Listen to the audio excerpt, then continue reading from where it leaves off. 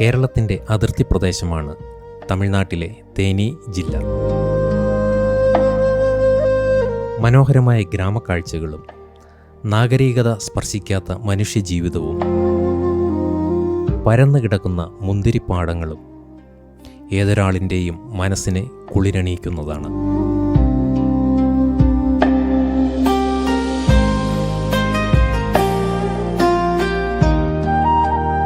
ഈ പ്രദേശത്തിനടുത്താണ് പന്നയാപുരം എന്ന മലയോര ഗ്രാമം സ്ഥിതി ചെയ്യുന്നത്.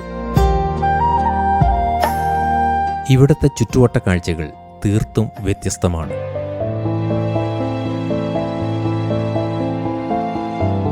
നട്ടുച്ച സമയത്ത് പോലും പ്രകാശം കടക്കാതെ അന്ധകാരം വ്യാപിച്ചു കിടക്കുന്ന ഭവനങ്ങൾ,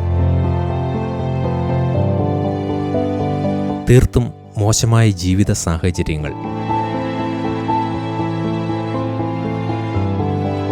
ഒരു തുണ്ട് ഭൂമി പോലും സ്വന്തമായി ഇല്ലാത്തതിനാൽ വെറും മണ്ണിൽ അന്തിയുറങ്ങുന്നവർ,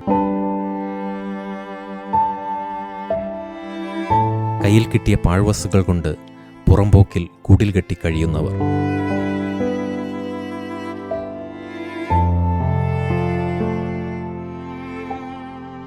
കഠിനമായ രോഗപീഠകൾ അനുഭവിക്കുമ്പോഴും ഒരു നേരത്തെ മരുന്നിനു പോലും വകയില്ലാത്തവർ,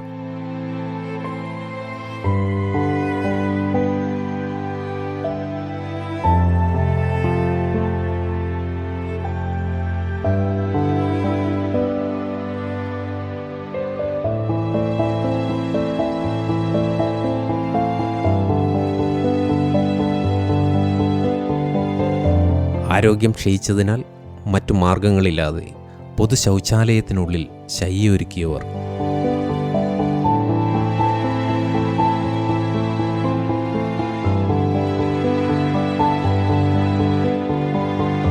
അന്ധനായ സഹോദരനെ ഉപേക്ഷിക്കാൻ കഴിയാത്തതിനാൽ സ്വന്തം ജീവിതം ബലിയായി നൽകി കൂടപ്പിറപ്പിൻ്റെ കാവലാളായി കഴിയുന്നവൾ,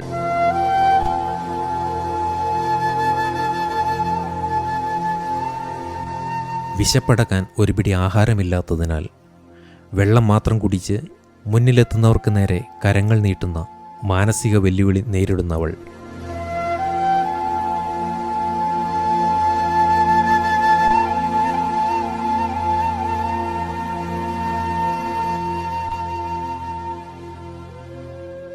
അരക്ഷിതമായ സാഹചര്യത്തിൽ ജീവിതത്തിലെ നെരിപ്പോടുകളെ മനസ്സിലാക്കാൻ കഴിയാതെ നിഷ്കളങ്കമായി ചിരിക്കുന്ന ബാല്യങ്ങൾ, ബുദ്ധിയുണ്ടായിട്ടും വിദ്യാഭ്യാസം ലഭിക്കാത്ത ഹതഭാഗ്യർ, ഇവരെയൊക്കെ കരുതേണ്ടത് നമ്മുടെ ഉത്തരവാദിത്തമല്ലേ? എരിഞ്ഞണഞ്ഞ ഈ അടുപ്പിൽ ഇന്ധനമാകേണ്ടത് നാം നൽകുന്ന കൈത്താങ്ങലുകളല്ലേ? വേദനയുടെ മുള്ളുകൾ നിറഞ്ഞ ജീവിതയാത്രയിൽ ഇവർ സഞ്ചരിക്കേണ്ടത് നമുക്കൊപ്പമല്ലേ?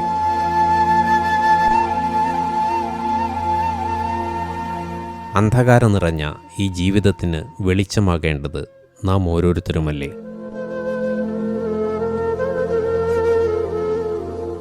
പ്രത്യാശ നഷ്ടപ്പെട്ട ഈ മുഖത്ത് പ്രതീക്ഷ നൽകേണ്ടത് നമ്മുടെ പുഞ്ചിരിയിലൂടെയല്ലേ? ആലംബഹീനരായ ഇവരുടെ ഇടയിലാണ് പരിശുദ്ധ യാക്കോബായ് സുറിയാനി സഭയുടെ മോർ അന്തോണിയോസ് ഇവാഞ്ചലിക്കൽ മിഷൻ്റെ കീഴിൽ പ്രവർത്തിക്കുന്ന തമിഴ് മിനിസ്ട്രി ആരംഭിക്കുന്നത്.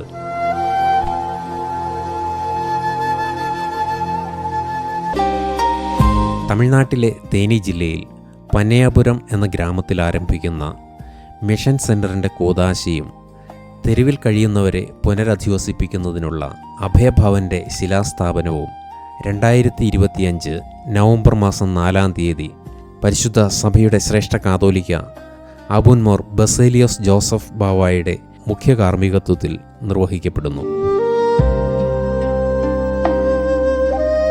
വചനം പ്രവൃത്തിയാകുന്ന ഈ ശുശ്രൂഷയ്ക്ക് വേണ്ടി ഏവരുടെയും പ്രാർത്ഥനയും സഹായവും അഭ്യർത്ഥിക്കുന്നു.